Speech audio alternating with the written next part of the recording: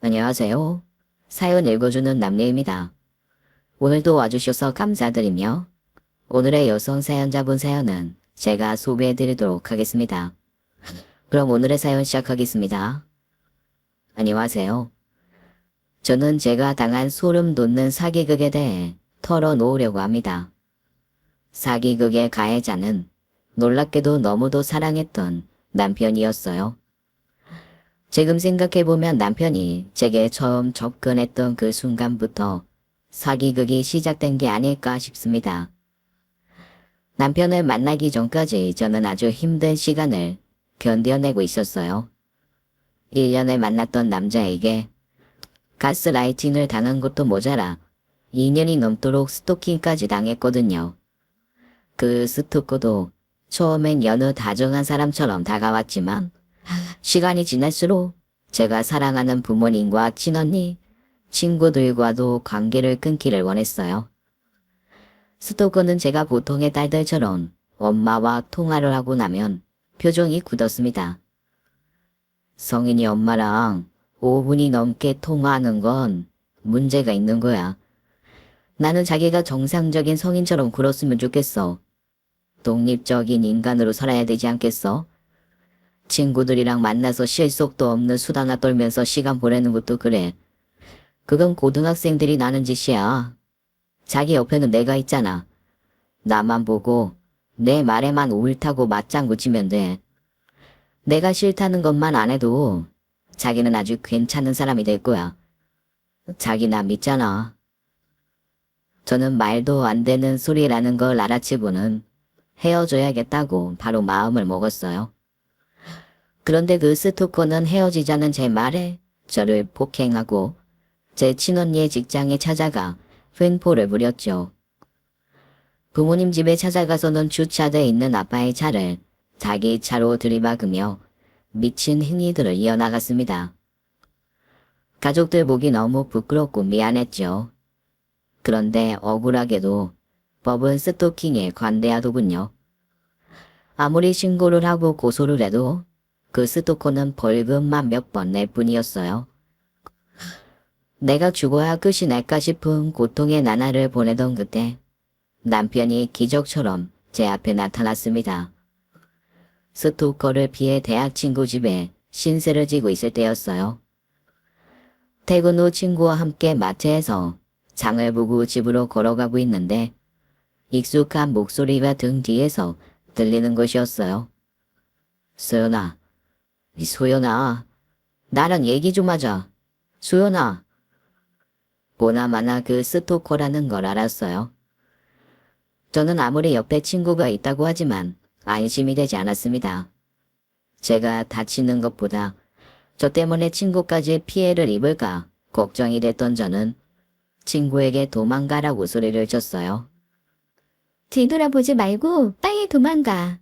여기 있다가는 너까지 어떻게 될지 몰라. 빨리. 제가 스토킹 당한 사실을 아는 친구는 뒤를 돌아봤다가 스토커와 눈이 마주쳤고 놀라서 주저앉아 버렸습니다. 넌 또 누구야? 어?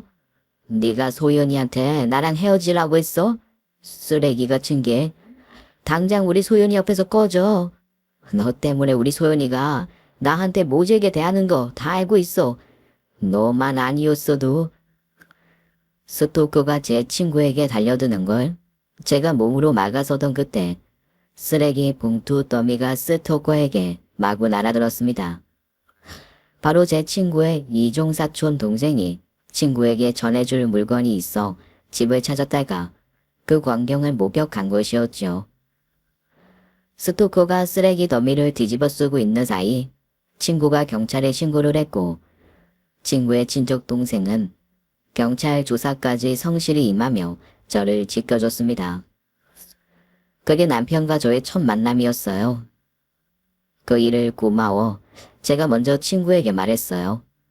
동생에게 밥을 사주고 싶다고요. 그렇게 처음 단둘이 밥을 먹던 날 저는 친구의 동생에게 고백을 받았습니다. 제가 누나 지켜줄게요. 이제 그놈이 얼씬도 못하게 할게요. 처음 봤을 때부터 지켜주고 싶은 사람을 만났다고 생각했어요. 저는 결국 친구의 친척 동생에게 마음을 열고 말았습니다. 그 스토커는 법정했었지만 조현병 진단서를 내밀자 실형이 아닌 집행유예 선고를 받았습니다. 우리나라 법은 정말 가해자들에게 관대하더군요. 판결을 알게 된 날 저는 실신까지 해버렸어요. 그런 저를 친구의 동생이 끝까지 지켜주었습니다. 직장에 휴가를 내고 쉬던 한 달 동안 자신도 직장에 휴가를 내고 제 곁을 지켜주었어요. 함께 여행을 다녀주며 제가 마음을 다잡을 수 있게 곁을 지켜준 고마운 사람을 어떻게 사랑하지 않을 수 있었을까요? 스토커도 집행유예 중에 잘못되다가는 실형을 살 수도 있는데 부모애가에 다시 해를 가하지는 않을 거라며 그 남자는 저를 안심시켜줬습니다. 그리고 그런 남자와 한시도 떨어지고 싶지 않았던 저는 그 남자의 고백을 받아들였어요. 그렇게 저는 1년의 연애 끝에 결혼을 하게 됐죠. 모든 불행이 결혼과 함께 끝나고 새로운 인생이 시작되는 기분이었습니다. 남편에게 과거의 지부를 들킨 것 같았던 저는 더 살뜰히 남편을 챙겼어요. 이제 형님이 된 친구도 저희 사이가 유난히 좋다며 부러워했었습니다.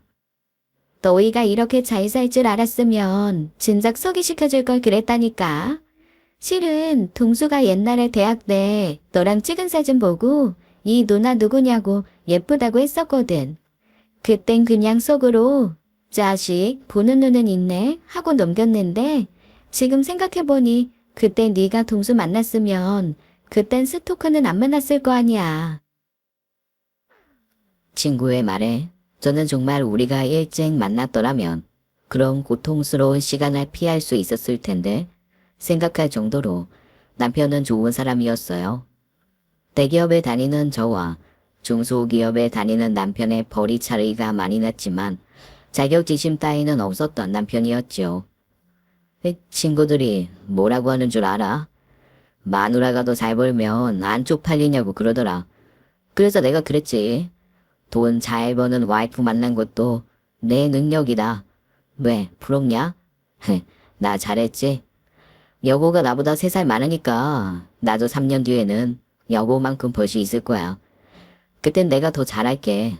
나는 여보가 내 롤모델이야.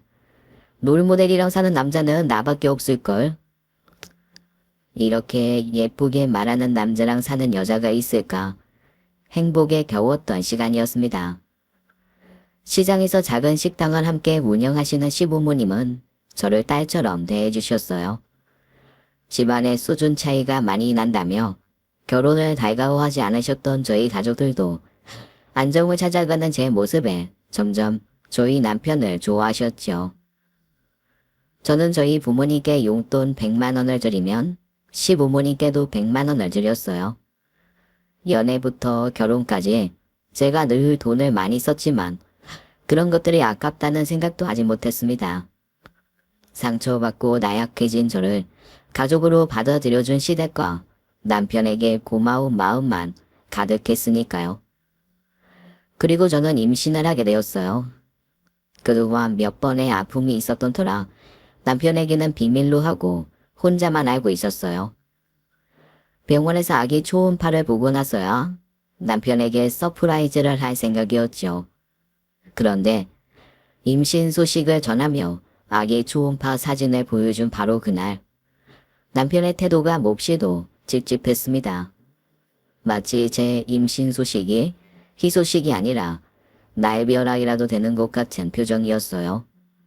몰아딱 짚어서 설명할 수 없는 미묘한 표정이었지만 확실한 건 우리의 임신을 반가워하지 않는다는 느낌이었죠. 하지만 저는 제가 품은 의심을 의심했습니다. 이제 진짜로 아이 아빠가 됐으니 마음의 무게가 생긴 거겠지? 우리가 그동안 얼마나 아이를 원했는데 기쁘지 않을 리가 없잖아. 어제까지만 해도 사랑한다고 말하던 사람이잖아. 아무래도 내가 임신 중이라 호르몬으로 예민해진 걸 거야. 그런데 정말로 이상한 건 그날 이후로 남편의 모든 행동이 미묘하고 수상하게 변했다는 것이었습니다. 아무리 제 자신을 타이르고 다그쳐봐도 남편은 수상했어요. 일단 귀가 시간이 너무 늦어졌다는 게 가장 큰 변화였습니다. 보통 귀가가 늦던 사람도 와이프가 임신을 하면 일찍 들어오지 않나요? 그런데 늦어야 7시면 들어오던 남편이 그날 이후로는 9시가 넘어서 들어오기 시작했죠. 회사와 집은 차로 20분 거리밖에 되지 않는데 귀가가 점점 늦어지니 서운하고 섭섭한 기분이었습니다. 여보, 요즘 집에 늦게 들어오는 게 회사 일이 너무 많아서 그러는 거야? 그런 거라면 이해해야겠지만 임신 초기에 그러니까 내가 좀 속이 좁은 건지 속상하고 그러네. 제 솔직한 심경 고백에도 남편은 예상 밖의 반응이었어요. 변명을 하든 일찍 오겠다 약속을 하든 사과를 하든 해야 할 것 같은데 말이죠. 내가 그랬나? 그냥 일 끝나고 바로 온 건데 이상하네. 그런데 왜? 여보도 사회생활해서 알겠지만 정시택은 좀 어렵잖아. 내가 능력이 부족해서 일을 남들보다 오래 해야 되나 보지 뭐. 내가 여보보다 많이 모자라잖아. 남편은 교묘하게 논점을 흐리면서 제 속삼함에 대한 대답은 하지 않았습니다. 내가 알던 남편이 사라져버린 기분이었어요. 비슷한 일이 또 있었어요. 한 번도 출장을 간 적이 없었던 남편이 임신 초기에 갑자기 출장을 간다는 것이었습니다. 주말 출장은 이제 기혼자들보다 미혼행 직원들 위주로 돌린다고 하지 않았어? 그래서 여보도 한 번도 간 적 없잖아. 어쨌든 자꾸 이런 일들이 임신하고 벌어지니까 내가 좀 서운한가 봐. 여보도 힘들 텐데 내가 이런 투정 부려서 미안해. 우리 이번 출장 여행 삼아 같이 갈까? 나도 바람도 좀 쐬고 여보도 덜 심심하고, 응? 제 제안에 남편은 기분 나쁜 얼굴로 대답했습니다. 내가 여보보다 작은 회사에 다닌다고 나 무시하는 거야? 작은 회사라도 직장이 놀이터는 아니지 않아? 일하러 가는 사람한테 여행 삼아 같이 가자니. 그러면 나도 여보 출근할 때 데이트 삼아 따라갈까? 아무리 내 월급이 하찮아도 그렇지. 어떻게 출장을 놀러 간다고 생각할 수가 있지? 좋은 대학 나와서 좋은 회사 다니면 남들 하는 일이 우스워? 그래? 그런 뜻이 아니었는데 남편이 확대 해석을 하는 것 같았죠. 딱딱하게 굳은 표정을 보고 있자니 사과 말고는 딱히 할 말도 떠오르지 않았어요. 어쨌든 남편을 빨리 진정시키고 싶었거든요. 그렇게 느꼈으면 미안해. 나는 여보랑 같이 시간 보내고 싶어서 그랬던 거야. 오해하지 않았으면 좋겠어. 이번 출장 너무 힘들겠다. 잘 다녀오고 나는 아기랑 잘 지내고 있을게. 그렇게 남편은 금요일에 퇴근하자마자 집에 들르지도 않고 바로 지방 출장을 갔습니다. 토요일, 일요일 내내 전화 한 통 없었지만 제 전화는 꼬박꼬박 받기는 했죠. 그리고 월요일에 바로 회사로 간다는 통보를 하고는 월요일 퇴근 후에나 얼굴을 보여줬어요. 그때까지만 해도 화가 풀리지 않아서 시위를 하는 건가 생각했습니다. 자격지심 따위는 없었던 사람이 갑자기 왜 그런 말들을 하는 걸까 궁금했던 저는 이제는 형님이 된 제 친구에게 도움을 요청했습니다. 원래 안 그러던 사람이 작은 회사 다닌다느니 월급이 하찮다느니 갑자기 그러니까 걱정되더라고. 회사에서 무슨 일이 있는 건 아닌지. 아기 생기고 나서 경제적 부담이 커져서 일을 많이 하는 건가 싶기도 하고. 외동이라 네가 거의 친누나라며. 요즘 우리 남편이 무슨 생각하는지 알고 있는 거 있어? 너무 오랜만에 만나서 제 이야기만 늘어놓았던 탓일까요? 친구의 날이 선 반응에 저는 놀라지 않을 수 없었죠. 동수한테 듣기로는 네가 진짜 자기 무시했다던데? 너도 알잖아. 동수가 자격지심 없는 거. 그런 애가 그렇게 말할 정도면 수연이 네가 너 자신을 돌아봐야 되는 거 아니야? 나야말로 묻고 싶다. 3살이나 어린 내 동생 데려가 살면서 뭐가 그렇게 마음에 안 들었니? 너 스토킹 당하는 것도 지켜주고 이해해준 내 동생이잖아. 왜 그런 거야? 저는 황당한 마음을 금할 길이 없었습니다. 아무리 제 자신을 돌아보고 과거의 기억을 샅샅이 뒤져봐도 제가 사랑하는 남편을 무시했을 리는 없었어요. 이건 아무래도 남편과 깊은 대화를 해봐야겠다는 생각밖에 들지 않았습니다. 그런데 남편은 점점 퇴근이 늦어져서 어느 날은 새벽에 들어와 씻기만 하고 출근하는 일도 번번해졌어요. 임신 초기라 잠이 쏟아지던 저는 어떤 때는 남편의 얼굴을 3일 만에 보기도 했습니다. 회사에 있을 땐 일한다고 연락이 되지 않고 퇴근하고는 얼굴을 못 보니 저 혼자 메시지만 잔뜩 보냈어요. 물론 답장을 받기도 힘들었습니다. 겨우 오는 답장이라고는 나중에 얘기하자는 대답이었죠. 그리고 또 하나 달라진 점은 눈독도 들인 적 없었던 명품을 하나둘 사 모으는 것이었습니다. 80만원대 벨트에 300만원이 넘는 명품 점퍼에 수많은 명품 운동화와 구두를 다용도실 창고에서 발견한 거예요.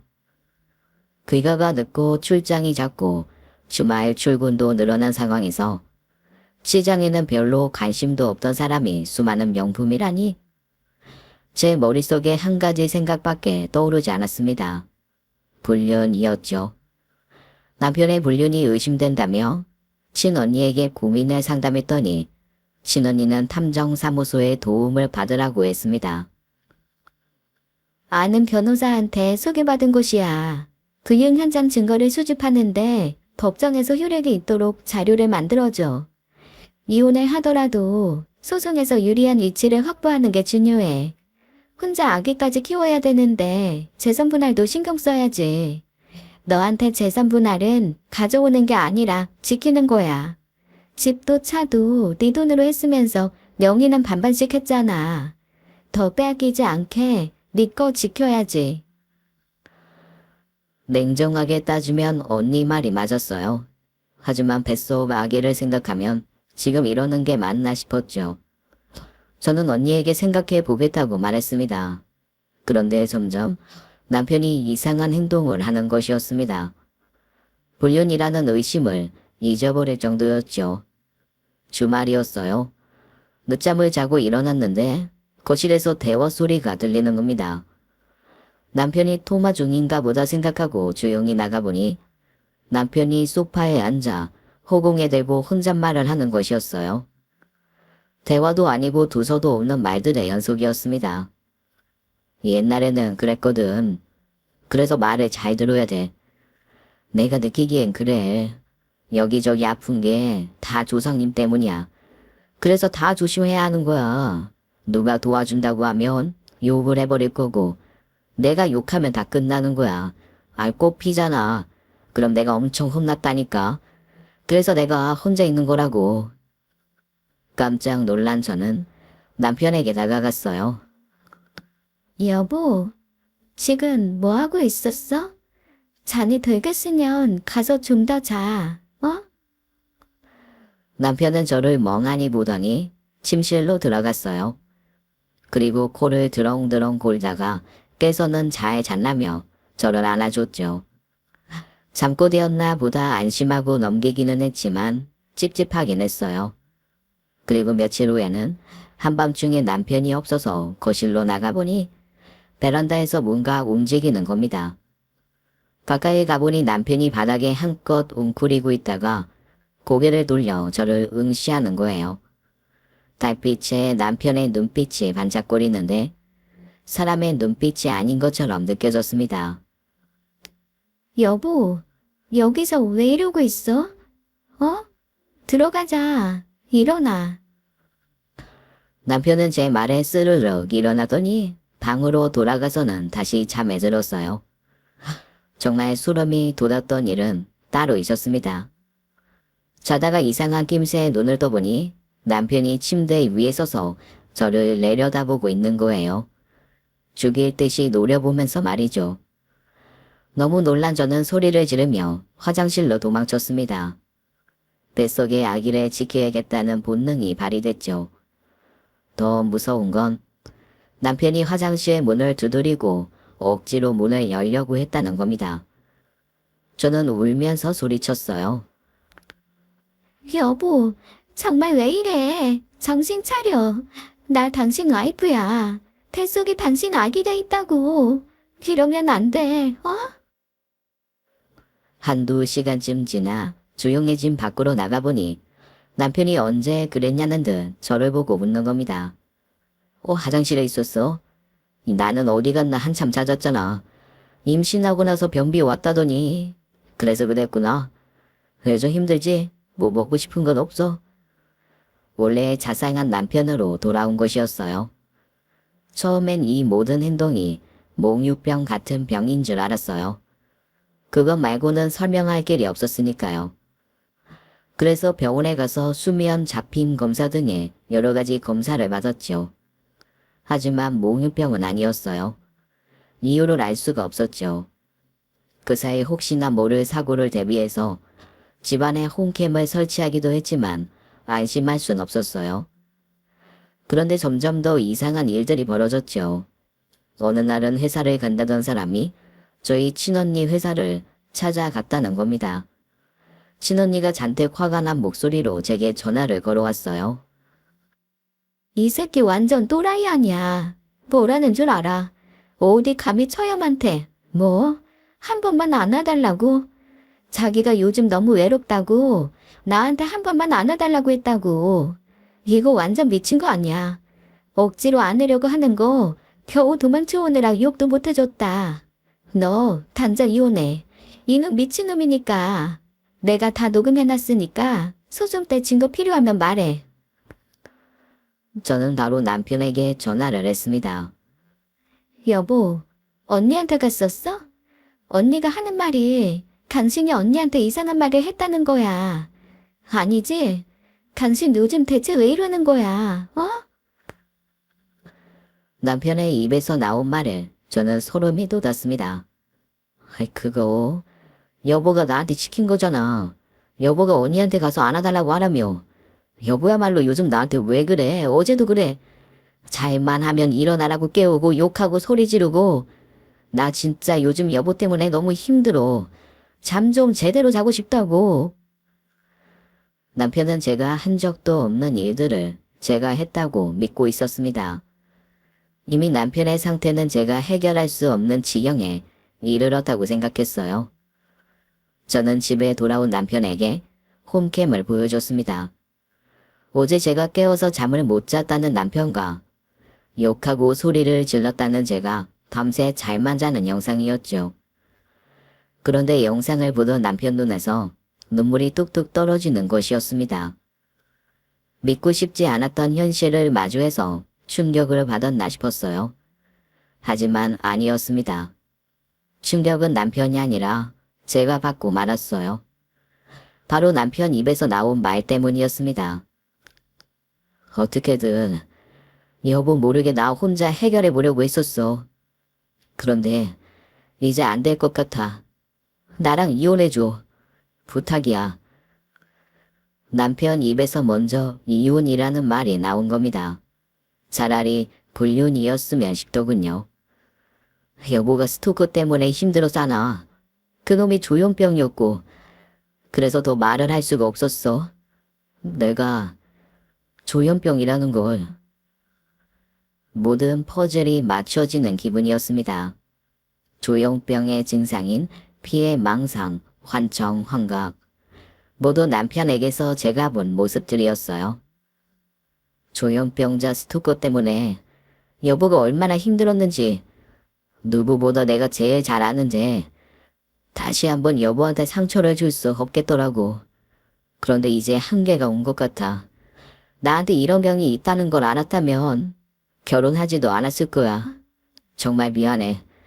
내가 여보를 더 힘들게 하기 전에 이혼하는 게 우리한테 최선이라고 생각해. 이혼해줘.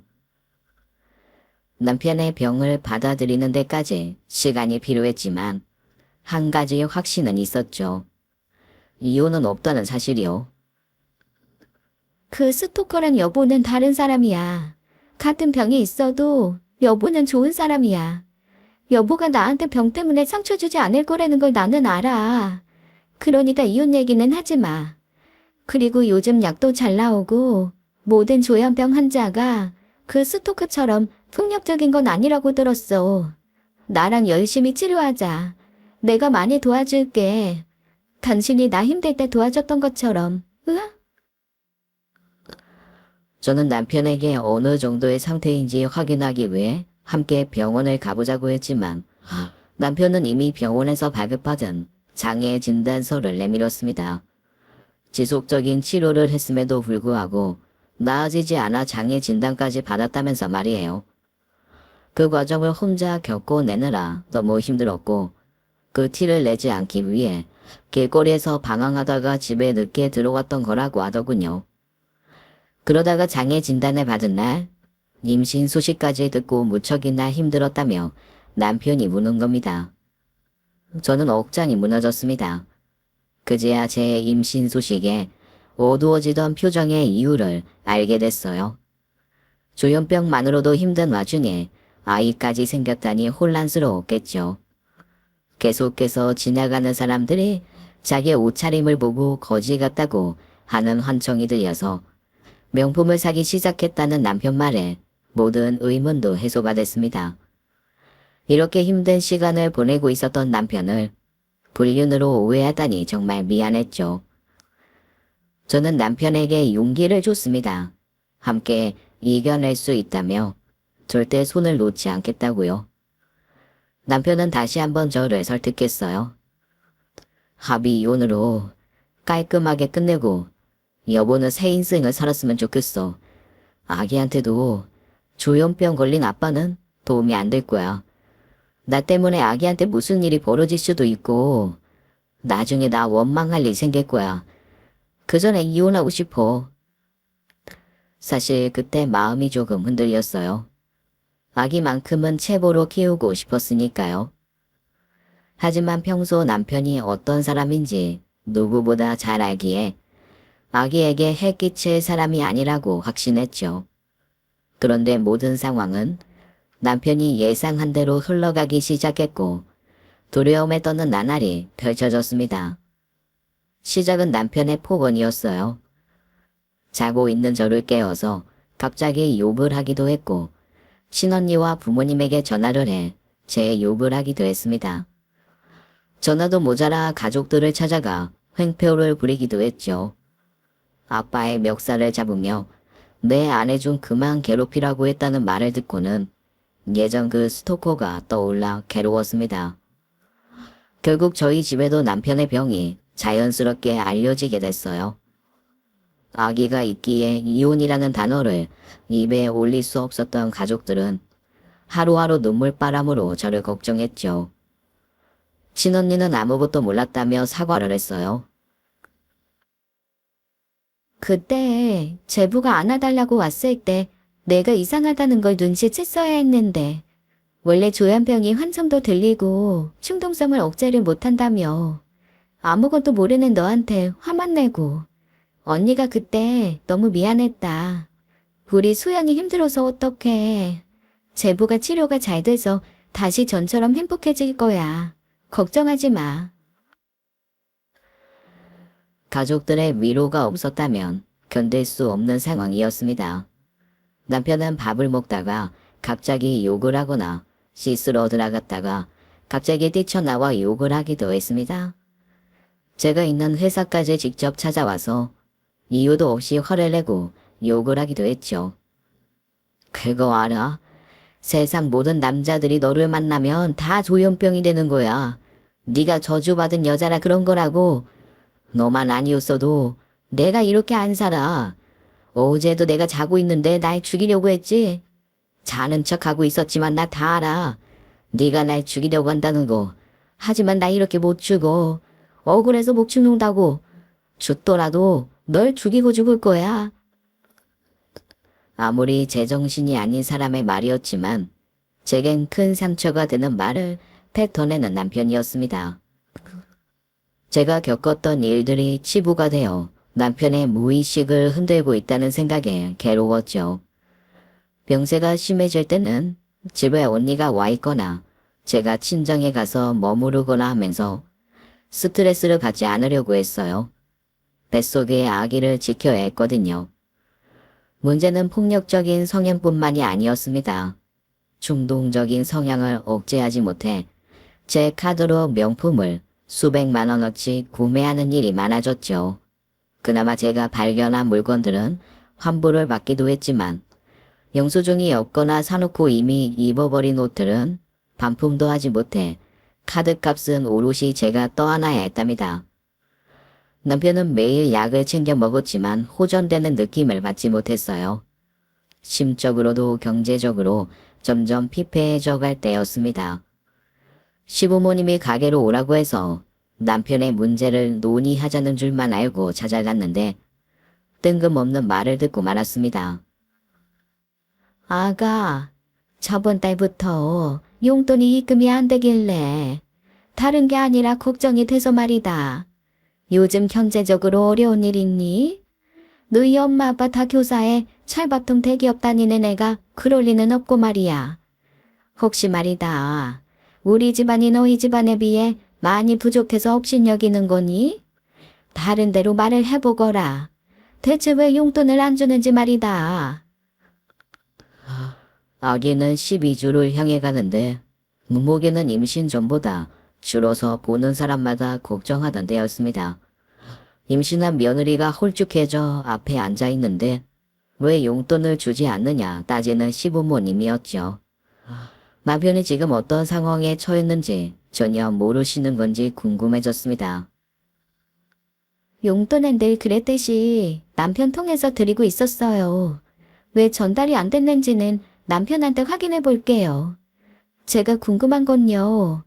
어머니, 남편이 지금 어떤 상황인지 알고 계신가 하는 거예요. 남편이 지금요.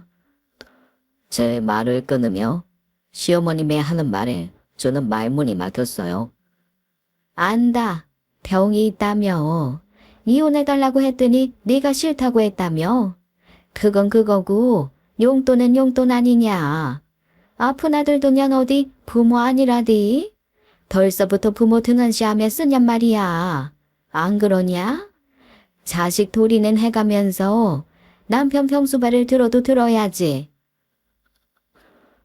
적어도 조현병이 본인도 주변 사람도 많이 신경 써야 되는 병이라는 기본적인 상식조차 없는 시부모님이었죠. 딸처럼 여겨준다 늘 생각했었는데 결코 딸이 될 수는 없다는 걸 깨달았습니다. 보이지 않는 벽 앞에 선 기분이었죠. 저는 남편 카드값 내느라 경제적으로 힘들어서 이제 용돈은 못 드리겠다고 했습니다.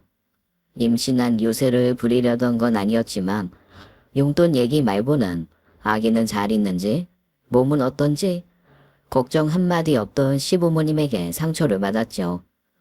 친구에게 찾아가 속상함을 하소연했을 때도 벽이 느껴지기는 마찬가지였어요.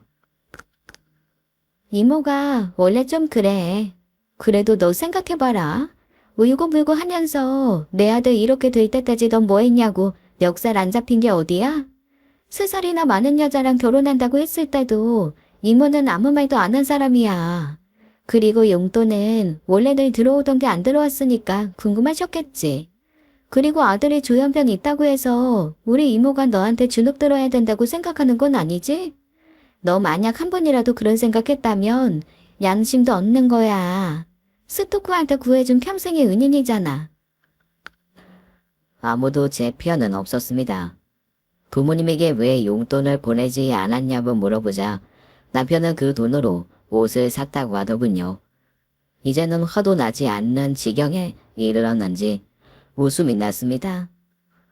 남편에게 줬던 카드를 정지시키자 남편은 제 지갑에서 몰래 카드를 빼내서 긁고 다녔죠.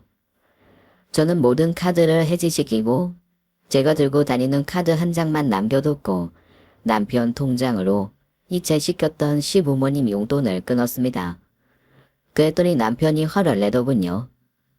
여보, 왜 돈이 안 들어왔어? 내 카드 끊고 나 거지 만드는 분 괜찮은데 부모님 용돈은 건드리는 게 아니지. 이건 내가 아파서 여보 힘들게 한다고 우리 엄마 아빠한테 시위하는 거밖에 안 되는 거야. 이런 식으로 시위할 거면 이혼을 해. 이혼해 준다니까. 남자는 결혼하면 다 효자가 된다더니 결혼 전에는 부모님께 용돈 한 번 안 챙겨드렸던 사람이 효도 못해 안달인 걸 보니 기가 찼습니다. 그러던 중 결정적으로 이혼을 결심한 사건이 일어나고 말았습니다. 그날의 공포가 지금도 악몽으로 계속 저를 괴롭히고 있어요. 그날은 작은 방에서 새우잠을 자고 있을 때였죠. 그런데 딸깍하고 작은 방 문이 열리는 겁니다. 그리고 술 냄새가 확 끼치는 것이었어요. 미칠 듯이 소름 끼치는 목소리가 아주 작게 들려왔습니다. 이년 봐라. 이 자는 척하네. 그 서늘한 말투에 심장은 튀어나올 것 같이 뛰고 숨조차 쉴 수 없었고 눈에서는 눈물이 쭈루루 흘러내렸어요. 순간 드는 생각은 남편이 취한 건지 병세가 심해진 건지 구분이 안 된다는 것이었어요. 그 정도의 술 냄새가 날 정도로 술을 잘 마시지도 못하는 사람이었거든요. 맥주 3잔이면 취한다고 잔을 내려놓던 사람이었는데 그날따라 이상하게 술 냄새가 났습니다. 하지만 술이 문제건 병이 문제건 상관이 없어졌죠. 남편의 그 다음 말에 저는 생명의 위협을 느꼈거든요. 이년, 이대로 죽여버리면 호상이잖아. 자다가 저 세상 가는 게 호상이지. 안 그래? 소연아, 언제까지 자는 척 할 거야, 어? 와, 이 인연은 꼭 이렇게 날 열받게 한다니까. 극도의 공포를 느끼던 그 순간 배가 심하게 뭉치는 게 느껴졌어요. 계속 자는 척을 해보려 했지만 배가 뒤틀리고 온몸이 오그라드는 기분에 저도 모르게 신음소리가 새어나왔죠. 식은땀이 흐르고 온몸이 떨렸어요. 참다 못한 저는 아이 아빠인 남편의 손을 잡으며 간절하게 호소했습니다. 배가 너무 아파. 병원에 좀 데려가줘. 우리 아기다. 지금 이상한 것 같아. 그때 제 눈에 비친 남편은 웃고 있었습니다. 악마가 살아있다면 저런 표정이지 않을까 싶은 얼굴이었죠. 여보, 나 좀 살려줘. 119라도 불러줘. 부탁이야. 아니면 그때 가만히 저를 내려다보던 남편이 한마디 말을 내뱉고는 방을 나가는 겁니다. 저는 여태 그 소름 끼치는 말을 잊을 수가 없습니다. 이제 됐다. 남편이 방을 나가자마자 저는 정신을 잃었고 깨어보니 하혈을 너무 많이 한 상황이었어요. 밖에 인기척이 들리지 않는 걸 확인하고 겨우 기어나가 119에 전화를 걸었습니다. 결국 저는 병원으로 옮겨졌지만 이미 아기는 제 곁을 떠난 뒤였습니다. 병원에 입원해 있는 3일 동안 남편은 한 번도 찾아오지 않았고 저도 그 얼굴을 다시 보고 싶지는 않았어요. 이제야말로 끝내야 하는 시기라는 가족들의 말에 저도 수긍이 됐었죠. 그런데 자꾸 남편의 마지막 말에 걸렸습니다. 이제 됐다. 대체 뭐가 됐다는 걸까요? 그리고 왜 하필 그 말을 하던 때에 아기에게 문제가 생겼던 걸까요? 아무리 제 정신일 때가 거의 없는 남편이지만 그 말만은 묻고 싶었습니다. 저는 집에도 들어오지 않는 남편을 찾아 회사로 향했습니다. 그때 회사 직원들과 웃으며 회사 건물에서 나오는 남편을 발견했는데 누가 저 사람을 조현병 환자로 볼까 싶게 정상적인 모습이었죠. 그때 남편이 저를 알아보고는 굳은 얼굴로 달려왔습니다. 갑자기 집을 나가더니 여기까지 무슨 일로 찾아온 거야? 남편은 정말 아무것도 모르는 얼굴이었어요. 내가 갑자기 집을 나간 이유? 그건 당신이 날 죽이려고 했기 때문이야. 난 그때 너무 무서웠고 스트레스로 결국 우리 아기가 떠났어. 여태 내가 보낸 연락에 왜 답이 없었던 거야? 그리고 그날 그 말은 무슨 말이야? 내가 119 좀 불러달라고 했더니 이제 됐다고 했지? 대체 뭐가 된 건데? 너 내가 이렇게 되길 기다리고 있었던 거야? 말을 좀 해봐. 우리 아기가 잘못되기라도 기다리고 있었던 거냐고? 술에 취해 기억이 나지 않는다는 남편이 가만히 제 배를 내려다보고는 씨 웃는 거예요. 거봐, 내가 뭐라고 했어. 아기한테 무슨 일이 생길 수도 있다고 했잖아. 그러기 진작 이혼을 했어야지. 어이 여보 고집도 참. 그날 밤에 봤던 그 얼굴, 웃고 있던 악마의 얼굴을 다시 보고 만 겁니다. 분노와 공포, 배신감과 슬픔이 한꺼번에 몰려와 저를 덮쳤습니다. 그래, 해. 이혼하자고. 나도 이제 더는 못 견디겠어. 그리고 당장 내 집에서 나가. 제 말에 남편이 피식피식 웃더군요. 그게 왜 네 집이야? 우리 집이지. 재산 분할 제대로 해서 우리 재판까지 가지는 말자. 그리고 내가 아파서 네가 이혼해달라고 요구하는 거잖아. 나한테는 아무런 규칙 사유가 없어. 내가 아프기 전까지 얼마나 가정에 충실했는지 잘 알잖아. 언니가 말했던 우려가 현실에서 벌어지고 만 겁니다. 남편은 너무나도 당당하게 재산 분할을 요구했죠. 그리고 남편은 저를 두고 돌아서며 홀가분한 얼굴로 그때 한 말을 다시 내뱉었어요. 이제 됐다. 그날 밤에 악몽이 떠올라 저는 그대로 굳어버리고 말았습니다. 남편이 원하던 건 저의 안전이 아니라 이혼 그 자체였던 걸까? 나는 왜 이런 사람을 붙잡고 여기까지 왔나? 온갖 괴로움이 저를 휘감았어요. 이상하게도 남편은 이혼 얘기가 나온 뒤로는 꼬박꼬박 집에 들어오기 시작했어요. 마치 집에 대한 권리라도 주장하는 것처럼 보였습니다. 대신 더 이상 남편을 보기 힘든 제가 친정에서 생활을 했어요. 아이를 잃은 지 얼마 되지 않은 상황에서 이혼까지 겪어내야 했던 저는 온전한 정신을 유지하기 힘들었습니다. 외로움과 우울증이 밀려왔고 스토킹 때도 다니지 않았던 정신과 상담을 다니기 시작했죠. 몇 번의 상담 끝에 저는 남편의 증상과 그로 인한 심적 고통을 조금씩 꺼내놓기 시작했어요. 그런데 제 말을 듣던 의사가 정말 이상하다며 고개를 절레절레 흔드는 거예요. 조금 이상한 정도가 아니라 많이 이상해요. 앞뒤가 안 맞는다고 해야겠네요. 아기가 생기기 전까지는 아무 증상이 없었는데 갑자기 장애 진단서를 내밀다니요. 그건 있을 수 없어요. 장애 진단은 의사가 조현병을 1년은 지켜보며 치료한 뒤에도 차도가 없어야만 내릴 수 있는 진단이니까요. 그 전까지는 소연 씨에게 이상 행동을 보인 적도 없다는 건 말이 안 돼요. 더 말이 안 되는 건 선택적으로 조현병이 올 수는 없다는 거예요. 그러니까 소연 씨 앞에서는 욕을 하고 환청을 듣고 환영을 보는 사람이 회사에서는 정상적인 건 있을 수 없는 거거든요. 회사로 찾아갔을 때 남편이 웃으면서 동료들과 얘기하는 거 봤다고 했죠. 일단 조현병이 그 정도로 악화되면 사회생활을 할 수가 없어요. 아니 할 수야 있지만 동료들이 환자를 향해 웃어주는 일은 없을 거라는 거예요. 가족인 아내도 힘들어서 이혼을 결심할 정도인데 생판 남인 직장 동료와 사이가 좋다? 말이 안 되죠. 말씀드리기 조심스럽지만 조현병 환자 행세를 하는 게 아닌지 한 번쯤 의심해보는 게 좋을 것 같아요.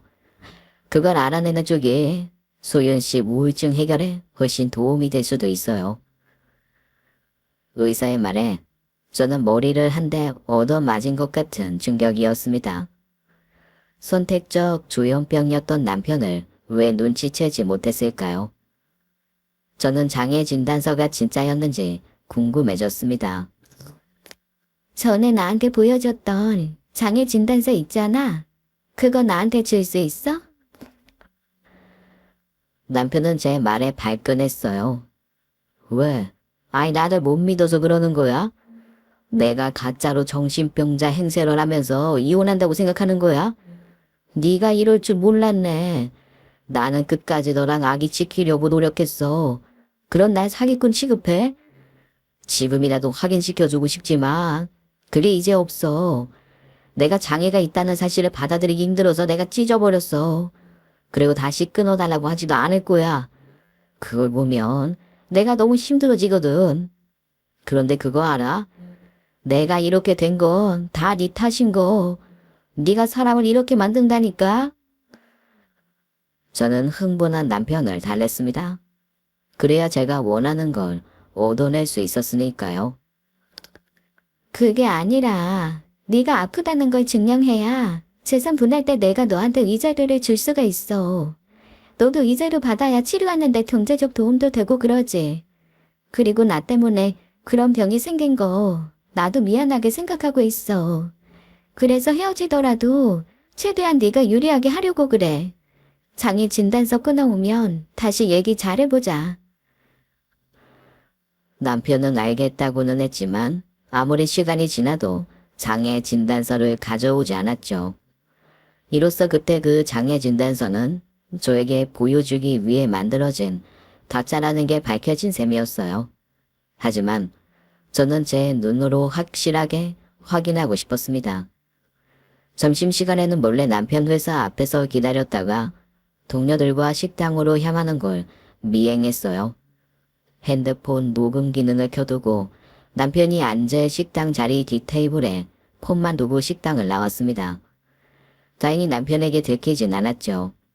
그리고 식사가 끝난 남편이 식당을 떠난 후 핸드폰을 실수로 두고 나왔다며 식당에서 제 핸드폰을 찾아왔습니다.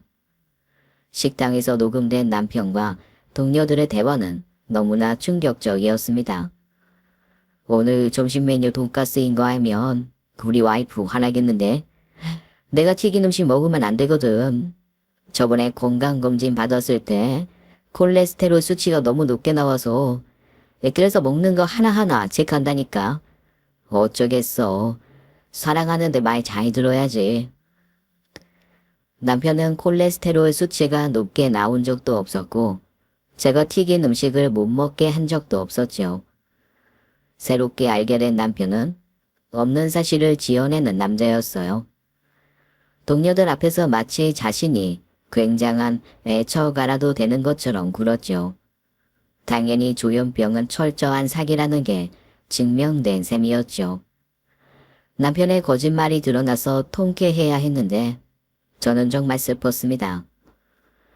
스토커가 조현병으로 집행유예를 받았을 때 제가 괴로워하던 걸 옆에서 봤던 남편이 조현병이라고 사기를 쳤다는 게 저를 정말 힘들게 했어요. 이토록 야비한 사람을 믿고 의지하고 사랑했던 제 자신까지 혐오스러워졌어요. 이제 제가 어떻게 대처해야 하는지 감이 안 잡혔던 저는 예전에 언니가 준 탐정사무소의 명함을 꺼냈습니다. 왜 남편이 조현병 행세를 하면서까지 이혼을 하려고 했는지 알아내야 했죠. 탐정은 남편 미행은 본인이 할 테니 제게는 남편의 휴대폰을 몰래 확보하라고 했습니다. 저는 짐을 챙기러 왔다는 핑계로 남편이 집에 있을 시간에 집에 들어갔어요. 남편이 씻는 사이 남편 휴대폰에 접근했어요. 다행히도 연애 때부터 사용하던 잠금 패턴을 안 바꾸고 그대로 사용하고 있더군요. 그러게 여러 번 남편의 휴대폰은 말 그대로 충격의 도가니였습니다. 몇 개의 카톡방에서 한결같이 자기야 사랑해 보고 싶다. 나랑 결혼할래? 라는 톡을 남긴 남편이었죠. 남편 폰에서 알아낸 여자만 3명이었습니다. 하나같이 어린 여자들이었어요. 그 어린 여자들을 만나려고 명품으로 치장을 했던 것이었죠. 한 명을 오래 만난 불륜도 물론 충격이었겠지만 이런 식의 문어발 불륜은 정말이지 기분이 나빴습니다. 그동안 내가 사랑했던 남자가 이런 놈이었구나. 밑바닥을 확인하는 것 같았거든요. 그런데 그 여자 중 한 명의 이름이 제 눈길을 사로잡았어요. 저도 잘 아는 여자였습니다. 동명이인일 거라 굳게 믿으며 그 여자의 카톡 정보를 확인한 순간 저는 너무나 큰 충격에 빠졌죠. 제가 아는 그 여자가 맞았거든요. 저는 상대 여자들의 전화번호를 제 휴대폰으로 옮겨놓고 톡방을 하나하나 사진 찍어 놓았습니다. 이혼을 하게 된다면 제게 유리한 결정적인 증거를 잡은 셈이었죠. 그리고 바로 제가 아는 그 여자에게 전화를 해보았어요. 남편과 바람난 3명의 여자 중 한 명은 바로 남편의 사촌 누나이자 남편을 제게 소개해준 친구였어요. 내 남편, 동수가 무려 3명이나 되는 여자랑 바람났어. 말도 안 돼. 동수가 그럴 리다. 뭔가 오해하는 거 아니야? 왜? 오해였으면 좋겠어? 그런데 그 3명 중 한 명은 나도 아는 사람이더라. 친구는 머뭇거리더니 겨우 입을 열더군요. 그게 누군데? 김주희 바로 너. 너 미친 거 아니니? 어떻게 사촌끼리. 진짜 더럽다 너희들. 이런 인간을 친구로 생각하고 그동안 모든 속내를 다 털어놨던 제가 원망스러웠습니다. 미친놈들. 내가 너희 가만둘 것 같아? 그게 소영아. 제발 살려줘. 나도 그러려던 게 아니었어. 변명 집어치워. 당장 달려가서 네 머리채 잡고 싶은데 내가 우선 해야 할 게 있어서 참는 거야. 넌 내가 모든 사실 다 알았다는 거 동수한테 말하지 말고 반성하면서 내 연락 기다려. 알았어? 남편의 이 내연녀들을 다 박살을 내야 했어요. 하지만 정신 바짝 차리고 순서대로 해야 했죠. 저는 시부모님의 식당으로 찾아갔습니다. 제 붐비는 저녁 시간대를 노렸어요. 저는 식당 한가운데 서서 훌쩍거리며 울었습니다. 손님들이 모두 저를 쳐다봤지만 저는 부끄럽지 않았어요. 아버님, 어머님.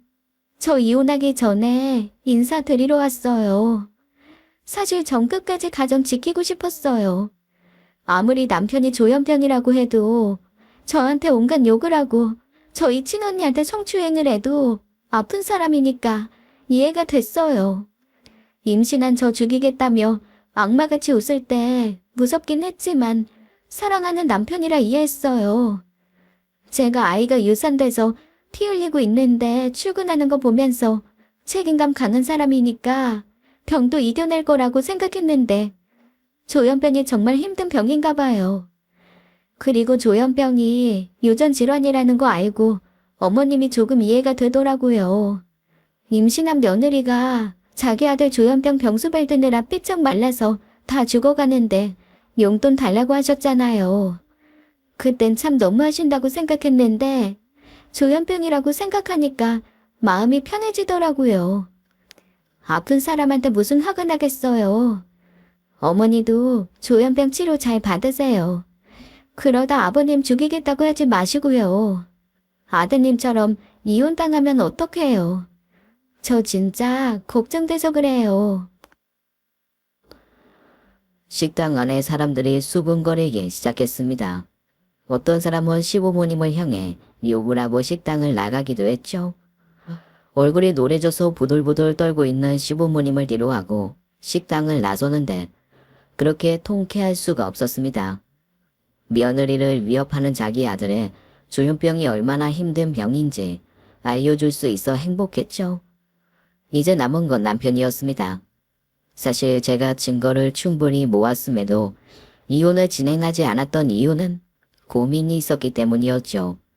아무리 생각해도 이혼은 남편을 위한 일이라고 생각됐습니다. 이혼은 남편에게 벌이 아니라 상이었죠. 저는 남편을 박살내고 싶었어요. 어떻게 해야 할지 몇 날 며칠 고민 끝에 저는 결단을 내렸습니다. 남편의 조현병을 적극적으로 활용해 남편에게 엿을 먹일 방법을 찾아낸 거죠. 저는 남편을 정신병원에 강제 입원시켰습니다. 증거는 남편이 제게 끊임없이 했던 기이한 행동들이 찍힌 홈캠 녹화본과 제 핸드폰 녹음 파일이 증거였어요. 홈캠에 찍힌 남편의 기이한 모습들과 남편의 폭력성이 담긴 녹취록, 결정적으로 저를 위협하는 장면과 그로 인해 유산에서 피를 흘리고 있는 저를 방치하고는 휘파람을 불며 출근하는 남편의 모습이 고스란히 홈캠에 촬영되어 있었거든요. 물론 남편이 조현병인 척 연기를 한 거였지만 증거 앞에 남편 말을 믿어줄 사람들은 아무도 없었습니다.